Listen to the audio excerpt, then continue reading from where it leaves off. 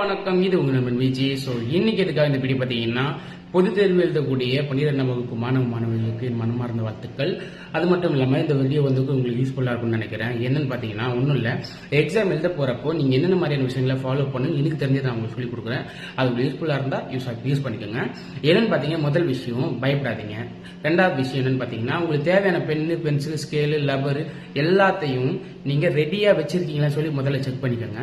மூணாவது விஷயம் என்னன்னு பார்த்தீங்கன்னா, பதட்டப்படாதீங்க. பதட்டப்படுறது மீன்ஸ் எப்படின்னா, இப்போ பார்த்தீங்கன்னா நம்ம படிச்சது வருமா இல்லை படிக்காத வருமா, இல்லை ஈஸியான கொஸ்டின் வருமா இல்லை கஷ்டமான கொஸ்டின் வருமா, இல்லை அங்கே போயிட்டு பிறகு ஞாபகம் இருக்குமா இல்லை மறந்துருமான்னு சொல்லி எந்த மாதிரியான குழப்பமான விஷயங்களையும் மனசில் போட்டு குழப்பிக்காதீங்க. ஒன்றும் இல்லை, எக்ஸாம் எழுத போறீங்க, அந்த கேள்வி படிக்க போறீங்க, அந்த கேள்விக்கான பதில் உங்களுக்கு படிச்சிருப்பீங்க, ஆனால் ஞாபகம் வரலன்னா ஒன்றும் இல்லை, அமைதியா கொஞ்ச நேரம் உங்க கவனத்தை செலுத்துங்க.